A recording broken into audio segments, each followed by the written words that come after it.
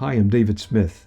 For more than 5 years, my wife Cheryl and I have been happy members of a wonderful community known as the Lodge at Southpoint, one of the Lincoln properties. Just before we came to the Lodge, we had visited the inner city of Durham, North Carolina. We had a deep desire to see if we could make a difference in the lives of struggling, at-risk, and homeless people in the inner city. Well, we had no idea how that visit would change our lives in the days to come. What we found there was a very diverse group of people from every conceivable background, but they were people with many challenges and needs and problems that needed to be addressed. Among our newfound friends were alcoholics and drug addicts and prostitutes and runaway boys and girls. There were people with mental health issues. There were people who had escaped from very destructive and abusive environments.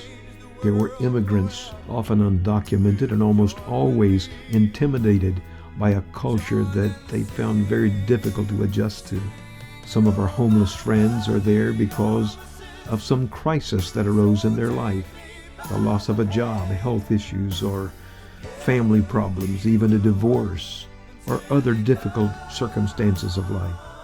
For some, it's a way of life that has come to define them and out of which they see no escape.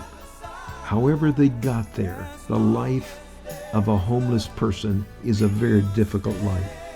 They often pick through the garbage cans to find something they can use or something they can eat.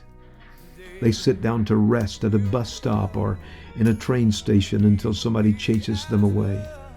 They sleep in shelters or in a nook or cranny that they have found in an alleyway or in the woods. One of the saddest elements of the homeless community is the shelter kids.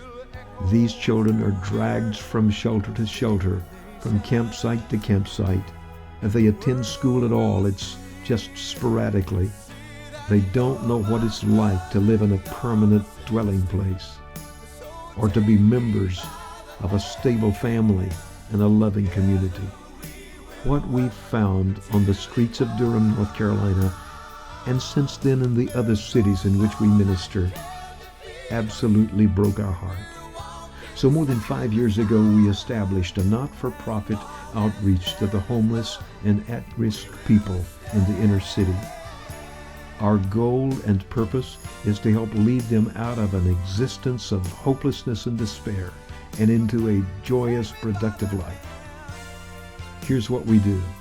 We comb the city streets in search of people who are lost and hungry and homeless and hurting.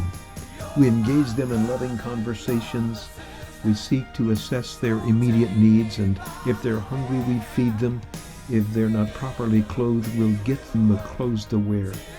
Then we invite them to an outreach event where volunteers and staff are there for fellowship and support and encouragement. At our gatherings, we always serve them a hot, nutritious meal.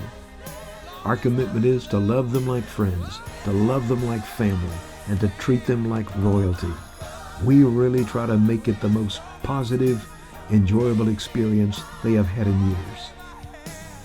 We provide our friends with clothing and shoes and sleeping bags and soap and toiletries and many, many other life essentials. Whenever possible, we also provide services like haircuts and nail care and foot care.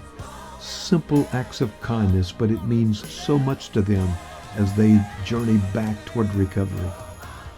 We have speakers who give inspiring and motivational talks to them and encourage our friends that through faith and hope, their lives can be richer and fuller than they ever imagined. We have volunteers who are compassionate and mature and successful in their lives, and they make themselves available, supportive, mentoring roles in the lives of our homeless friends. The next step is remedial education. Many of our homeless friends have little or no formal education at all, and so our goal is to help them at least to achieve a high school equivalence. The next thing we do is family reunification. Many of our homeless friends have little or no communication with their immediate and extended family members. So we reach out and try to bring about a reconnection. So we try to bring about a reconnection with family members and help them understand that they play a vital role in the recovery of their loved one. With the help of our donors and our volunteers in Durham and in other cities, with the help of our donors and our volunteers in Durham and in other cities, we have had the wonderful privilege of serving more than 60,000 meals, hundreds of tons of clothing and shoes and life essentials, and we have seen hundreds of lives significantly impacted just simply by loving them back to health. We sincerely hope that you will choose to help us in the support of this incredibly worthy goal. Thank you so much.